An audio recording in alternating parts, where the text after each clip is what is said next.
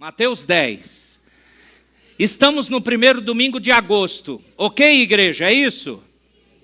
Então é um novo mês. E como é o costume da nossa igreja, uma nova série de mensagens do culto vespertino. E exatamente nós nesse mês vamos falar o que é um discípulo. Durante todos os domingos de agosto. E, de maneira surpreendente, eu agradeço muito o reverendo Laércio que fez essa divisão por nós. Nós só vamos ficar em Mateus 10. Hoje, se Deus abençoar, nós vamos do verso 1 ao verso 15. Domingo que vem, reverendo Everson, domingo que vem. E no outro, reverendo Laércio e também reverendo Laércio, porque ele gosta de pregar mais que a gente. Então, ele vai pregar por outras questões, é claro, da nossa escala. Ele vai conseguir terminar Mateus 10. Só Mateus 10, pastor, sim. Fica a dica. Se eu fosse você, em agosto eu mergulhava em Mateus capítulo 10. Estudava, decorava, lia de novo, fazia culto doméstico, devocional. Mateus capítulo 10 será o nosso texto do mês de agosto, que é um mês de missões para o presbiterianismo. Sabe por que é chamado de mês de missões? Porque em 12 de agosto de 1859, aportava no Rio de Janeiro o primeiro missionário presbiteriano para fazer o protestantismo de missão, isto é, proclamar o evangelho. Nome daquele pastor, Archibald Green Simonton. É por isso que agosto para o presbiteriano é mês de missões, porque nós fomos resgatados por Cristo Jesus através do Senhor colocar no coração daquele jovem, vir saindo lá dos seus recantos americanos para a América do Sul, para o Brasil. E nós vamos falar de o que é um discípulo. Eu quero que você acompanhe a leitura dos 15 primeiros versículos. Mateus capítulo 10. Tendo chamado os seus 12 discípulos, deu-lhes Jesus autoridade sobre espíritos imundos para os expelir e para curar toda sorte de doenças e enfermidades. Ora, os nomes dos 12 apóstolos são estes. Primeiro, Simão, por sobrenome Pedro, e André, seu irmão. Tiago, filho de Zebedeu, alguns vão chamar, é o Tiagão, E João, seu irmão. Filipe e Bartolomeu, Tomé e Mateus, o publicano.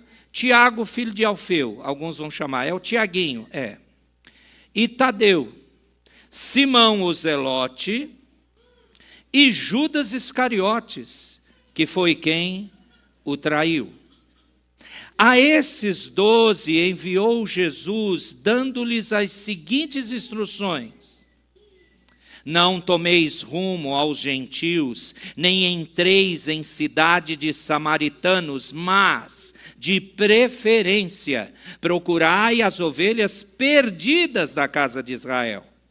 E à medida que seguirdes, pregai que está próximo o reino dos céus. Curai enfermos, ressuscitai mortos, purificai leprosos, expeli demônios, de graça recebestes, de graça dai. Não vos provereis de ouro, nem de prata, nem de cobre nos vossos cintos, nem de alforge para o caminho, nem de 2 túnicas, nem de sandálias, nem de bordão, porque digno é o trabalhador do seu salário. E em qualquer cidade ou povoado em que entrares, indagai quem neles é digno, e aí ficai até vos retirardes. Ao entrardes na casa, saudai-a. Se com efeito a casa for digna, venha sobre ela a vossa paz. Se porém não o for, torne para vós outros a vossa paz. Se alguém não vos receber, nem ouvir as vossas palavras, ao sairdes daquela casa ou daquela cidade, sacudi o pó dos vossos pés. Em verdade vos digo que menos rigor haverá para Sodoma e Gomorra no dia do juízo do que para aquela cidade. Oremos brevemente. Aqui está a tua santa palavra, ó nosso Deus, inerrante, infalível e suficiente para nós. Fala aos nossos ouvidos, invada o nosso coração com o teu ensino. Faz-nos aprender para viver, sendo transformados por ela. Em nome de Cristo, na iluminação do teu Espírito, nós rogamos. Amém.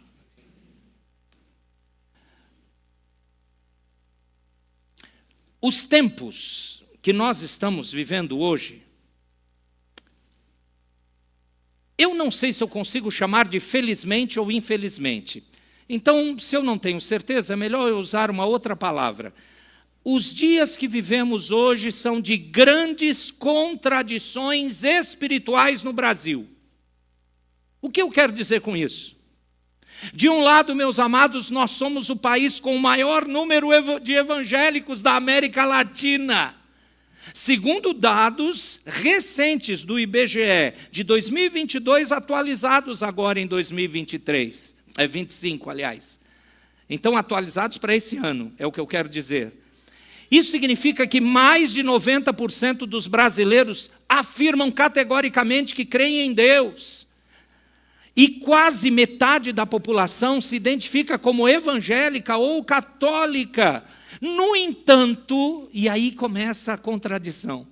No entanto, a prática cristã real está em queda.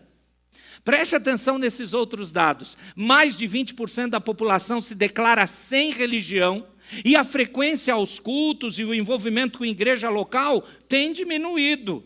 Só não aqui, graças a Deus. Mas esses são os dados do país.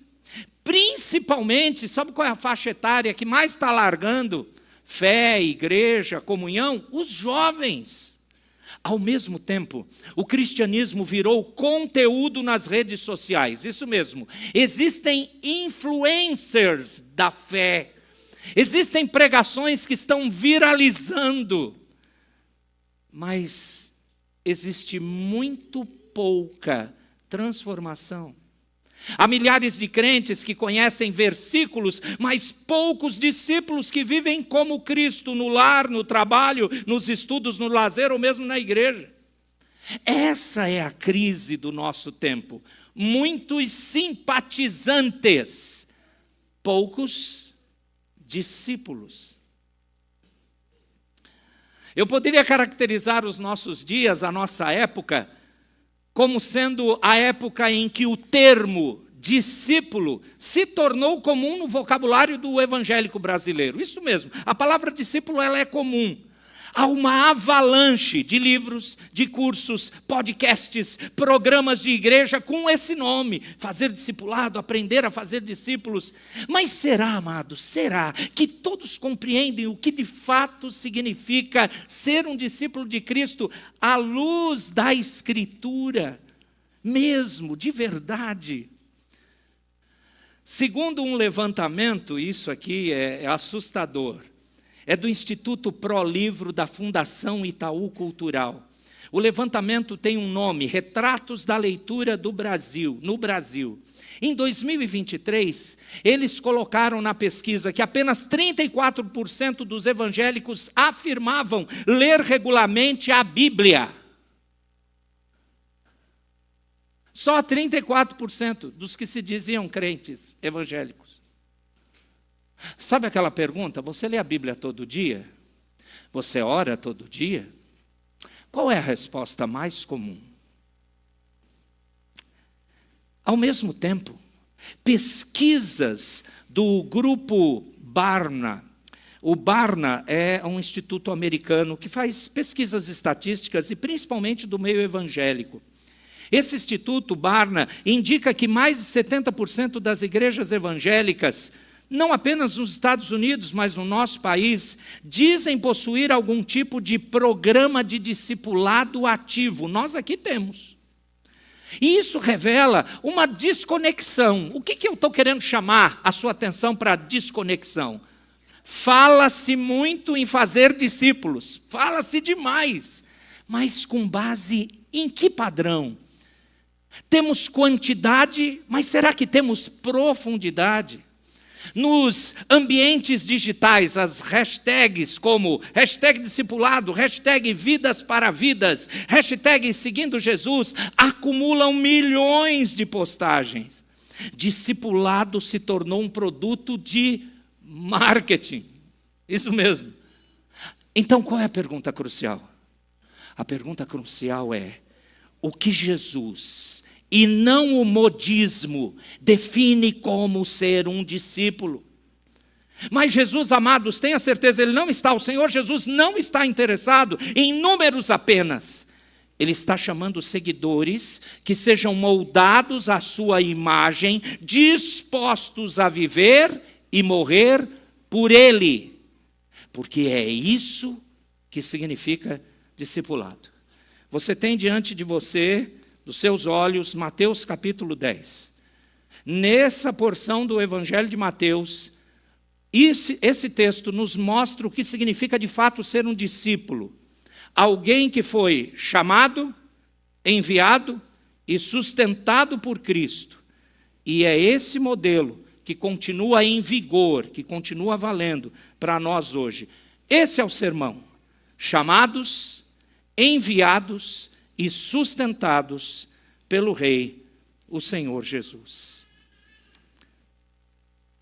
Vamos definir, nesses 15 versículos, num apanhado só, o que é que Mateus aqui fala sobre ser um discípulo? Quando você pega os 15 versículos numa olhada só, um discípulo é muito mais do que um aluno ou um aprendiz normal. A estrutura do texto aqui revela que um discípulo é alguém que, primeiramente, é chamado pessoalmente por Cristo. Está aí no verso 1.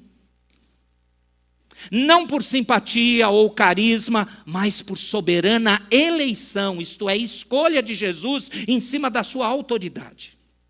Em segundo lugar, ainda no verso 1, o discípulo recebe autoridade espiritual delegada pelo Senhor Jesus. Não age por si só. Hoje eu quero dar uma de discípulo. Não. Mas é em nome e no poder de Cristo. Também está no verso 1 isso. Em terceiro lugar, é enviado com missão clara, conteúdo definido. Você vê isso dos versos 5 a 7. Bem definido o que se deve fazer. Então ele não vive à deriva. Sou um discípulo, e agora? Faço o quê? Não. Ele não vive perdido, mas ele vive debaixo da ordem do rei. Quarto lugar, vive em total dependência do sustento providencial de Deus. É os versos 9 e 10. Então ele não se apoia nos recursos terrenos ou na situação do país para ver se pode ser discípulo ou não. Penúltimo lugar, ele sabe lidar com recepção, acolhimento e rejeição. Ele sabe lidar com fidelidade e sobriedade, versos 11 a 15. Em outras palavras, o verdadeiro discípulo não busca agradar aos homens. Ele busca exclusivamente agradar a Deus. Donald Carson, falando desse texto, ele observa o seguinte: discípulo, no Evangelho de Mateus, é aquele que vive sob, isto é, debaixo do senhorio do Senhor Jesus. Ele participa da sua missão, ele aceita os custos dessa aliança. Então, nesse voo rasante, um discípulo é alguém que vive, serve e sofre por causa de Jesus. O único glamour nisso é fazer a vontade de Cristo. Não há glamour para esse mundo. Não há padrões de sucesso terreno. Mas há padrões de sucesso eterno para a glória do nosso Deus. Por isso que é maravilhoso ser chamado para ser discípulo de Cristo. Como é que a gente mergulha em cada um desses pontos? Caminha comigo, por favor. Versos 1 a 4. Você tem essa primeira parte. Chamados com autoridade. Fique com os olhos no texto, porque eu quero ver o ensino com os irmãos e a aplicação. Desde o verso 1, está lá, tendo chamado os seus 12 discípulos, deu-lhes Jesus autoridade. O verbo aqui, chamar, significa chamar para junto de si. Indica uma iniciativa soberana. Jesus não espera os discípulos se voluntariarem. Eu acho muito engraçado que a gente vive muito no meio evangélico, e é engraçado mesmo, o espontâneo, a adoração do espontâneo. Em outras palavras, se o meu coração não sentir vontade, eu não farei. Fazer algo forçado para Deus.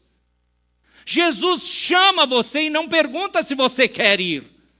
Ele ordena. Ele está fazendo isso.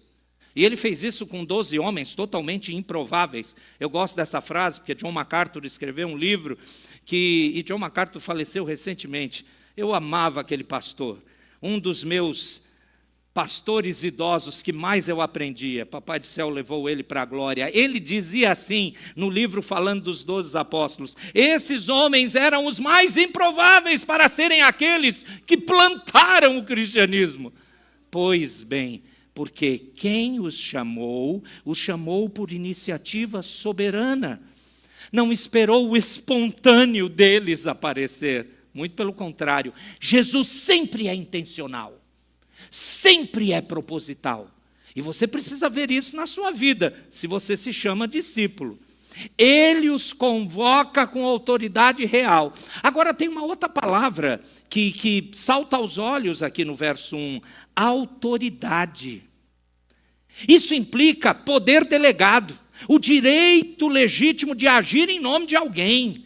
Eles receberam autoridade para expulsar espíritos, curar doenças. Amados, essa autoridade não vinha deles, mas vem do rei. Eles receberam poder por causa dessa autoridade. Meus amados, Jesus os chamou para si, os designou para uma tarefa específica. Isso reflete essa soberania do mestre e a dependência dos discípulos em relação ao mestre. Por isso que quando nessa lista, mais uma vez, porque existem outras em Mateus, citando o nome dos 12. Essa lista é muito interessante. Olhe, por exemplo, nós vamos ver mais à frente, mas ore. Olhe só, verso 2. Ora, os nomes dos 12 são estes. Primeiro Simão, por sobrenome Pedro, depois André, seu irmão, Tiago, filho de Zebedeu, João, seu irmão, Filipe, Bartolomeu, Tomé e Mateus, o publicano, Tiago, filho de Alfeu, e Tadeu, Simão, o Zelote e Judas Iscariotes. Preste atenção. Jesus sabia quem eles eram? Sim, e nós sabemos pelo texto sagrado. Simão, que foi chamado de Pedro, era muito atinado e, na verdade, muito egoísta, gostava de aparecer. Pode deixar que ele resolve tudo. Foi o que negou Jesus. O André foi até aquele que chamou pessoas para Jesus. Mas no final ele também abandonou Cristo quando ele foi preso para a crucificação posteriormente. O Tiago e João, irmãos, eles eram aqueles que queriam simplesmente, a partir do pedido da mamãe, para que cada um sentasse no reino do Senhor, um à direita e outro à esquerda do Senhor Jesus. Isso é querer primazia, querer exaltação. Esses eram os apóstolos. Mas o melhor está por vir. Talvez Filipe, Bartolomeu, você não tem tanta coisa sobre ele. Tomé você tem. Tomé é aquele que precisava ver para crer. Utilizamos isso até hoje. Quando alguém não é muito firme na fé, você precisa ver para crer. Tomé fez isso.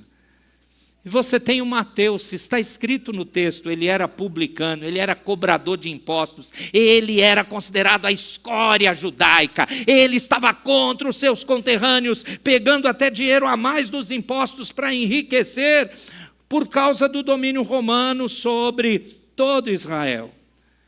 Tiago, filho de Alfeu, e Tadeu, muito pouca coisa. Mas Simão era um zelote, um partido político que usava a mistura da religiosidade do Antigo Testamento para querer a libertação de Israel contra os dominadores romanos. E sim, eles gostavam de andar armados. Algumas vezes eram espadas, não apenas aquelas adagas que você vê no The Chosen, viu? Era pior que isso. Então, esse era o tipo. E o último? Leia comigo a última frase do verso 4. Judas, que foi...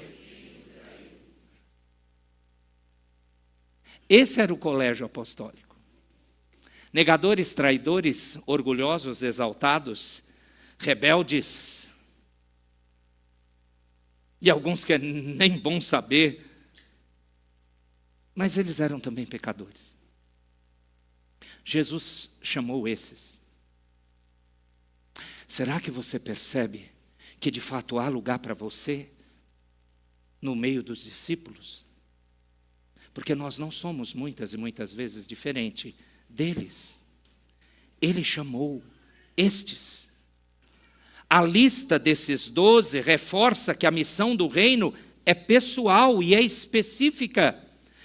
Como eu disse, Pedro, por exemplo, sempre é citado primeiro. Judas Iscariotes sempre é citado por último. Todas as vezes que Mateus lista os nomes deles, colocando sempre, no caso de Judas, a nota trágica da sua traição. Aplique essa parte a você. O discipulado começa com um chamado irresistível e pessoal de Cristo. Isso mesmo, o chamado para a nossa salvação. O chamado para sermos filhos dele, para reconhecermos nosso pecado e entender que só ele perdoa pecados. E só ele pode dar vida verdadeira, não apenas sentido na vida terrena, mas certeza de vida eterna. Isso não é um projeto humano. Você foi chamado com um propósito específico. Isso deve trazer humildade e responsabilidade a você, meu irmão, minha irmã. Você tem vivido consciente da autoridade sob a qual você caminha? Essa é a autoridade, porque Jesus nos chama assim. Eu repito, a lista dos 12 mostra que Jesus conhece cada um, até Judas, o traidor, e está sob a soberania dele até o fim. Então ele conhece você. E isso é maravilhoso. Ele chama, conclama você, te autoriza e te capacita para essa missão, chamando com autoridade. Avance comigo versos 5 a 7. O que agora você vai ouvir? Você vai ouvir instruções específicas. Eu sei, amados, que o contexto aqui foi o Senhor mandar das primeiras ordens de missão que o Senhor Jesus determinou àqueles apóstolos. Eu sei, o contexto dos evangelhos nessa porção, como Mateus, fala que o cristianismo estava sendo implantado. Coisas extraordinárias foram dadas àqueles homens que estavam daquele jeito. Sim, Judas o traidor fez esses milagres. Foi comissionado também. Sim, o Pedrão, que mais para frente o Senhor Jesus vai dizer, olha, Satanás queria peneirar você, mas eu intercedi por você. Quando se converter, fortalece seus irmãos. E até aquela ocasião parecia que ele não tinha atinado para quem estava diante dele, o Messias. Mas ele também recebeu esse chamado para fazer essa obra. Sim, eu sei, eu não estou tirando do contexto. Aqui é uma implantação, a implantação especial do cristianismo. Mas eu queria que você olhasse além para o nosso chamado, para entendermos o que é um discípulo. Dos versos 5 a 7, o que você tem é que eles foram enviados com missão. Verso 5, a esses 12 enviou Jesus, dando-lhes as seguintes instruções. Enviou-lhes, enviar. Sabe qual é a palavra que aparece aqui? Eu não quero usar o grego à toa. É porque se eu falar a palavra grega, você vai associar imediatamente. A palavra grega para enviar é apostelo. Parece a palavra no português apóstolo. O apóstolo é o enviado. E aqui está o verbo em ação, enviar. Por isso que a palavra apóstolo no português vem dessa palavra grega, indica envio com missão e autoridade. E aí Jesus dá instruções detalhadas, mostrando que o discípulo exige, o discipulado, na verdade, exige obediência específica. Eu não posso ser discípulo para fazer o que eu quero. Não. Eu tenho que seguir as regras do mestre. Se eu não sei, eu vou para o livro que a gente chama de regra de fé e prática. Por isso tem que ter Bíblia. Você não pode sair das 4 linhas da palavra de Deus. Tem um monte de gente que sai das 4 linhas da Constituição Federal, sai das 4 linhas das leis futebolísticas, sai de tudo. O crente não pode. Senão ele não é discípulo.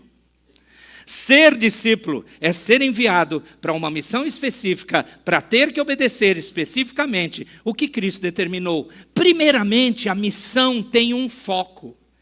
Dá uma olhada aqui, por favor, quando Jesus diz, verso 6, de preferência procurai as ovelhas perdidas da casa de Israel. Aqui tem muita coisa preciosa, eu preciso resumir aqui. A missão tem esse foco, ovelhas perdidas da casa de Israel. Isso aqui não é um exclusivismo, mas é parte do plano redentor. O reino começa com Israel e vai se expandir para o mundo. Como é que o senhor sabe? Porque Mateus termina no capítulo 28, verso 19, que ele está dando autoridade para agora eles irem por todo o mundo para fazer discípulos de toda a tribo, língua e nação, de todos os povos.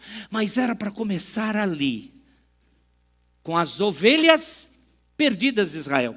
O povo de Israel não sabia que estava perdido. O povo de Israel entendia assim: você nasceu israelita, você já é de Deus, viu? Fica na paz. Faz lá aquelas regras. Alguns ficavam especialistas em muitas leis fora da Escritura, como fariseus, saduceus e outros partidários religiosos, e pode deixar. Mas eles estavam em pecado. É por isso que o Senhor Jesus ordena, primeiro, vai lá para as ovelhas perdidas de Israel. A limitação inicial aqui, para a casa de Israel, sabe o que destaca? Preste atenção, a fidelidade de Deus às promessas feitas para Abraão. Mas essa missão é apenas o início de uma obra que se tornará universal. É aqui que a gente precisa entender. Ore pela paz em Israel, ore para que Deus tenha os seus eleitos e os converta lá. Ore hoje. Mas hoje a gente também intercede por todo o mundo. Todo aquele que nasceu nessa terra em pecado precisa do Redentor, o Cristo Jesus. A obra agora é universal. Sim, o conteúdo ali foi específico. O anúncio do reino. Olha o verso 7. À medida que seguirdes, pregai que está próximo o reino dos céus. Está próximo porque o Messias estava ali? Sim, estava próximo porque ele iria estabelecer o seu juízo e justiça na sua segunda vinda, coisa essa que esperamos? Sim. Nós vamos ver aqui que a manifestação das coisas poderosas que o Senhor Jesus deu autoridade para aqueles discípulos fazerem, apontava de maneira escatológica, isto é, para o fim dos tempos, onde a plenitude da graça, do amor, da justiça de Deus chegaria. É o que nós vamos experimentar. Mas deixa eu chegar lá rapidamente. O conteúdo, então, era esse. Anuncia o reino. A demonstração do poder do reino. Verso 8. Leiam, por favor, só o verso 8. Curai.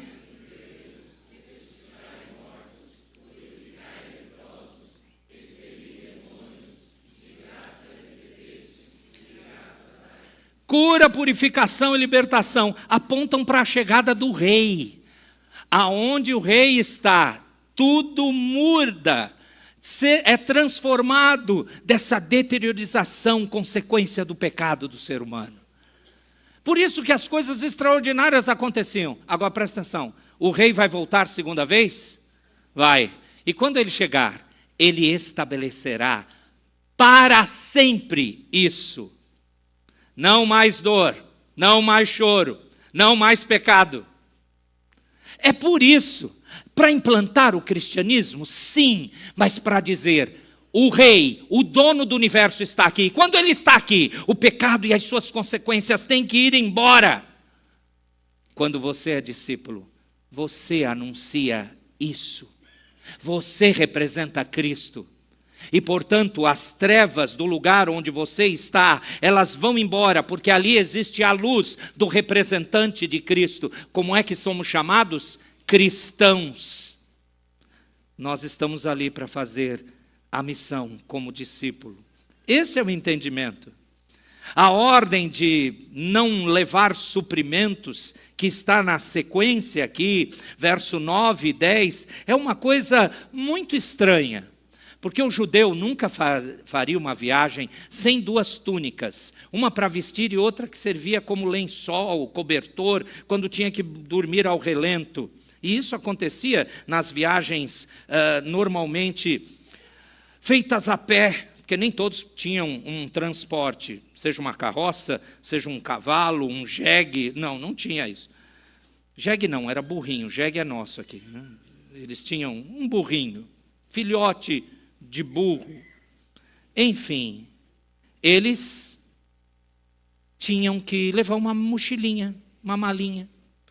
Eles levavam um outro par de sandália, ou pelo menos tentavam economizar a única que tinha. O Senhor Jesus está revolucionando esse negócio de fazer missão. Por quê?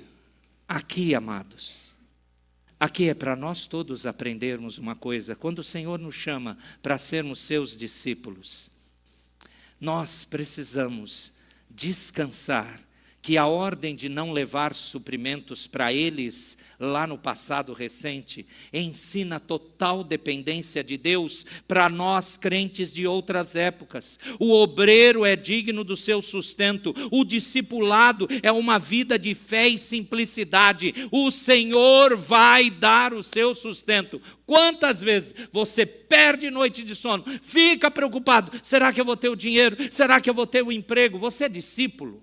Você é mesmo. Então viva como tal. Sirva ao Senhor como tal. E sim, Ele disse, é para confiar na minha dependência totalmente. Você vai trabalhar e será digno do seu salário, sim. A missão tem um caráter muito urgente. O discípulo não leva opiniões. O discípulo anuncia um fato. O rei chegou. Amados, nós estamos talvez esquecendo de dizer ao nosso tempo que o rei está voltando a segunda vez. Que ele já veio e estabeleceu a sua salvação, o seu perdão, a sua misericórdia. A graça está aí, mas ele vai voltar para parar com tudo isso e só usar justiça. Nós precisamos viver assim. O reino chegou, o rei está voltando novamente. Então aplique essa parte para você, antes de irmos para o final. Você foi enviado, meu irmão, minha irmã. Você que foi salvo em Cristo, isso significa que a sua vida tem um objetivo que vai além do conforto. O discípulo não vive à deriva, sem saber o que fazer ou para onde ir. Ele conhece sua missão. Está você cumprindo mesmo o que Cristo ordenou? Ou você tem vivido uma vida sem direção clara? Está aí. Talvez você esteja perguntando agora, por que eu vim nesse culto mesmo? Acontece isso. Então hoje é para você relembrar o que Deus fez com os nossos irmãos no Novo Testamento, Ele continua a fazer conosco. Avance até a parte final. Continuando, fazendo uma ligação do verso 8 em diante até o 15. O que iria sustentá-los era a fé. No final do verso 8, você lê, de graça recebestes, de graça dai. O que eles receberam? A salvação, o poder de Deus, o chamado em Cristo. Então a missão apostólica era realmente escatológica, isto é, falando das coisas do fim. Anuncia e manifesta a chegada do reino. Os sinais são esses adiantamentos que eu falei antes, da restauração final. A ordem de não levar o ouro e a prata, o alforje, as túnicas, as sandálias, reforça essa ideia que eu mencionei agora, da dependência total da providência de Deus. Agora diz para mim, foi só para eles a providência? Providência de apoio, quando você está sozinho, o nome disso, igreja. Providência de tratamento para as suas questões emocionais, mentais. A igreja nos ordena pela palavra a vivermos em comunhão, habitar ricamente em vós a palavra, para instruir-vos e aconselhar-vos mutuamente pela palavra. Então devemos ser relembrados, sim, que a providência vem, e além de recursos financeiros, recursos espirituais, recursos mentais, recursos emocionais, sim, porque vocês receberam de graça. Quando você caminha para o fim, existe responsabilidade nessa missão. E aqui está o verso 11 a 15 para fechar o nosso texto. Há uma responsabilidade. Verso 11, em qualquer cidade ou povoado em que vocês entrarem, indagai quem neles é digno, e aí ficai até vos retirardes. Se você entra numa casa, você vai saudá-la, e se for uma casa digna, a vossa paz vai ficar nessa casa. Se não for digna, vai voltar para vocês. Se alguém não receber vocês, não ouvir as palavras de vocês, verso 14, quando vocês saírem dessa casa ou da cidade, sacudi o pó dos vossos pés. Porque essas pessoas que rejeitam o evangelho, pior vai ser para eles, porque mais misericórdia, Sodoma e Gomorra, no dia do juízo vai receber do que aquela cidade ou aquela casa. E assim Jesus termina essa parte. Preste atenção, qual é a responsabilidade então na missão? Jesus ensina sobre como os discípulos devem lidar com hospitalidade. Aliás, nós deveríamos demonstrar com os nossos lares esse chamado. Receber pessoas, acolher, auxiliar. Muitas vezes são alguns minutos. Talvez você não tenha nada para oferecer. Toma um cafezinho, uma bolachinha. Mas vamos orar aqui, vamos buscar a vontade do nosso Deus. Hospitalidade, a ordem é clara. Busque pessoas dignas, não fiquem pulando de casa em casa. Isso sugere integridade, constância, simplicidade no testemunho. A ordem que Jesus deu de permanecer na mesma casa preserva os discípulos da ganância, da aparência e do interesse. É melhor ficar naquela mansão ali, hein? Aquele irmão ali tem mais dinheiro. Vou lá, tem até piscina. Menino. Aí chega lá o irmão. O senhor quer nadar um pouquinho? Se tiver sol? Você é tão bom. Catibum. Vamos. Acepção de pessoas.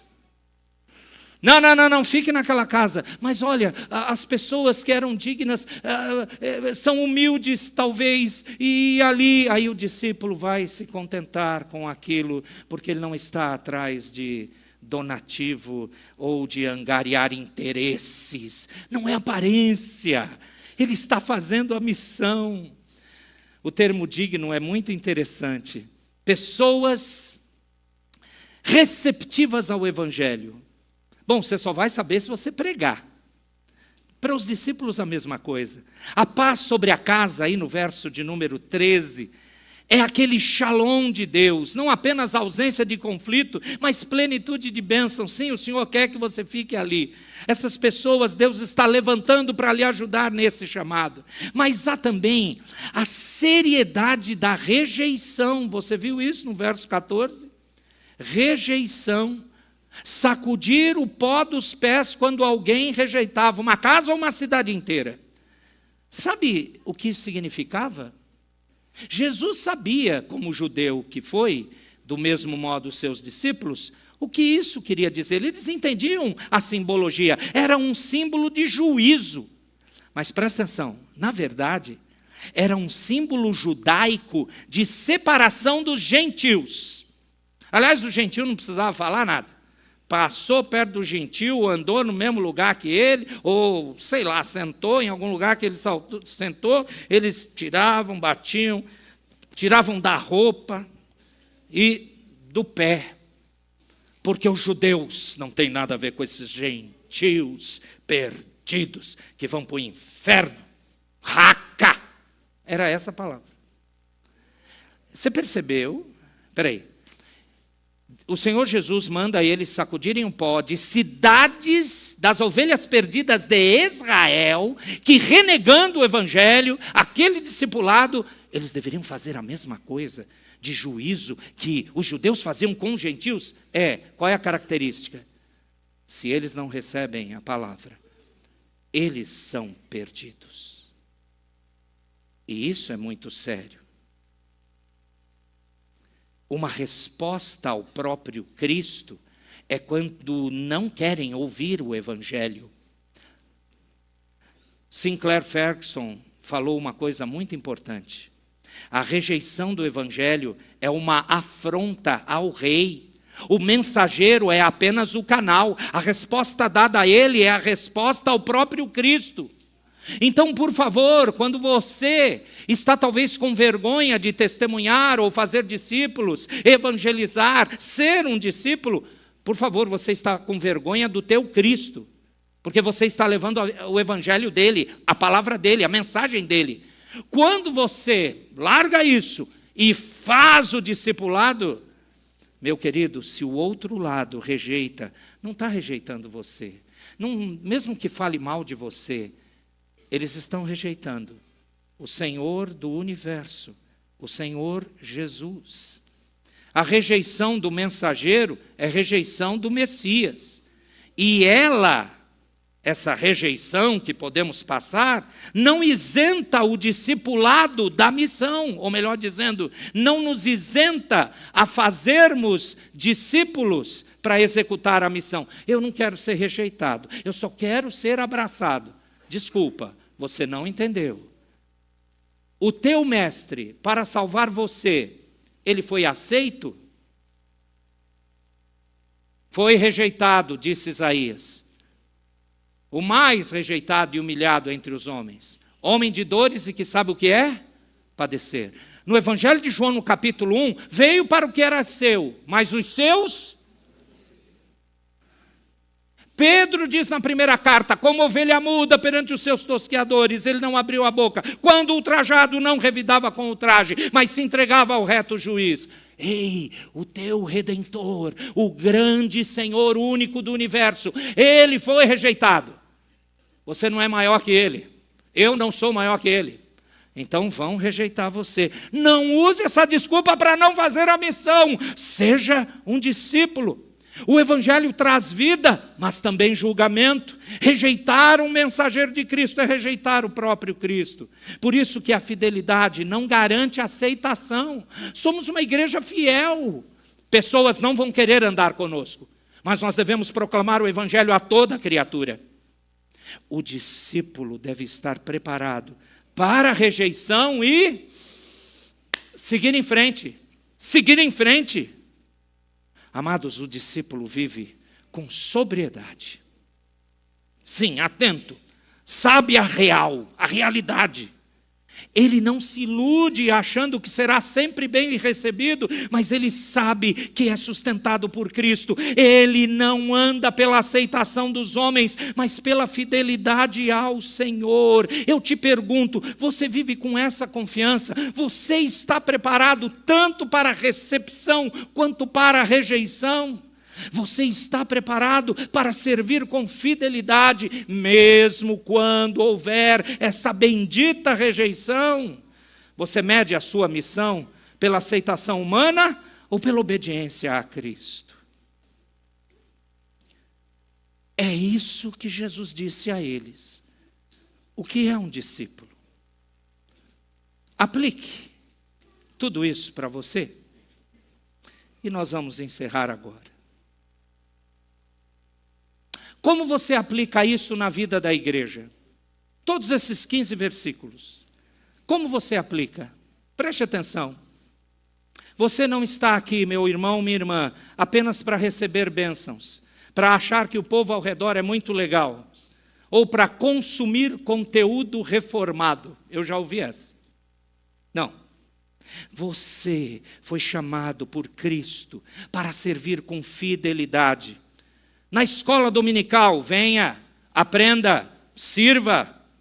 No discipulado de novos convertidos, faça isso. No cuidado de irmãos idosos, na intercessão da igreja, participe e se envolva. O discipulado exige que você assuma responsabilidades reais e pare de viver como um espectador espiritual. Não. Você está aqui, está gostando, está sendo bênção. Venha trabalhar como discípulo. Eu quero fazer uma pergunta direta para você em relação à nossa igreja. Você tem um discípulo? Quem que você está discipulando? Quem que você ora para que Jesus salve e caminhe com você para o reino eterno?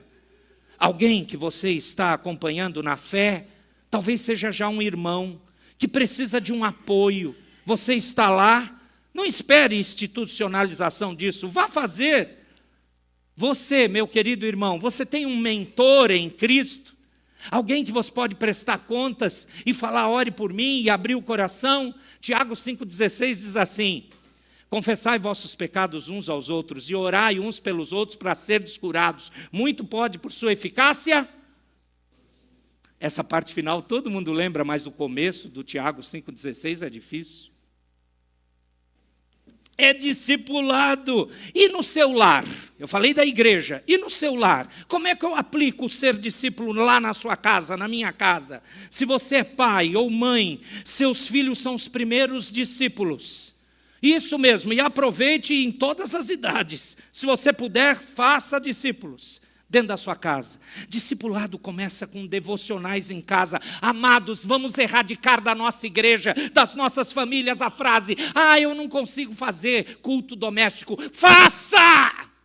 Do mesmo modo que você acorda às 5 da manhã, 4:30 da manhã e vai trabalhar. Amanhã é segunda-feira, que Deus te abençoe, que você tem emprego e você vai acordar.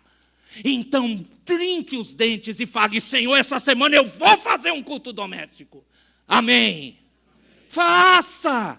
Eu confesso, eu não sei o reverendo Laércio, o reverendo Everson, eu não sei os presbíteros, mas meus ouvidos estão cansados de ouvir: não dá para fazer, mas dá para viajar, dá para tirar foto, dá para ir no Instagram, dá para fazer um monte de coisa, dá para trabalhar, dá para juntar dinheiro, gastar, mas não dá para fazer um culto doméstico. Tem que parar com isso. Vai lá, desliga a maldita Netflix, ou seja lá o streaming que você usa. Vai lá, pega a sua esposa, estou cansado, pega ela, lê para ela um texto bíblico, varão. Vamos lá, homens de Deus, sacerdotes do lar. Eu quero que minha esposa seja pastoreada. Pastorei você. Quem vai pastorear a dona Cristiane? É você, Roberto. Querido Gerson, você vai pastorear a Cristiane? Quem Deus pôs do lado da Cristiane? Eu que tenho que pastoreá-la. Quem pôs do seu lado, irmã? Vocês, queridas solteiras, ore para Deus pôr um varão que pastoreie seu coração. E não, deixa para lá. Calma, eu já estourei o tempo, eu vou terminar isso aqui, eu preciso terminar. Você é jovem ou solteiro, a sua submissão, seu caráter, sua fala, sua pureza são marcas visíveis do seu discipulado, lá no seu lar. Sabe qual é o desafio? Leia Mateus com seus filhos, com a sua família esse mês. Eu falei Mateus 10, né? Muita redução. Leia o Mateus todo, uma história por dia. Ore com sua família antes deles irem para as atividades. Discipule sua família, faça isso. E no trabalho, pastor, no trabalho, no trabalho, você é chamado para representar o reino ali também. Isso significa integridade. Tem gente que acha que é só vou falar de Jesus. Ninguém vai ouvir você pregar de Jesus se você não for íntegro, se você não for fiel e verdadeiro. Você precisa ser íntegro. humildade, ter humildade, honesto, generoso, perdoar e a coragem para confessar Cristo quando necessário. Não seja apenas um presbiteriano de domingo. Vou para a minha igreja no domingo e no resto da semana, eu não tenho tempo para ver nada. Não. Seja discípulo de segunda a sábado também, e não só domingo. Então, que ação prática no trabalho? Ore pelos seus colegas, ofereça ajuda. Um irmão chegou para mim, pastor, tem um casal de homens no meu trabalho, o que eu faço? Aí eu disse para ele, faz amizade. Convida para ir na sua casa e mostra quem é Jesus. Faz isso. O irmão olhou e arregalou os olhos desse tamanho. Aí eu disse assim, eu já fiz isso. Você já fez? Porque você não é fariseu. Você não é o presbiteriano que não pode ser tocado por nada. Quem são os perdidos desse mundo? Todos que estão longe de Deus. Faça isso. Os jovens e adolescentes no estudo, meu querido jovem, você que está estudando, universidade, ensino médio, fundamental, não importa. Você é chamado a ser discípulo mesmo naquele ambiente hostil à fé.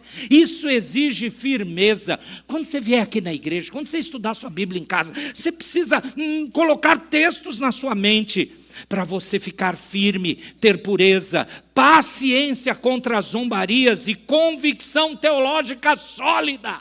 É isso mesmo. Aí eu não sei o que responder. Sabe sim.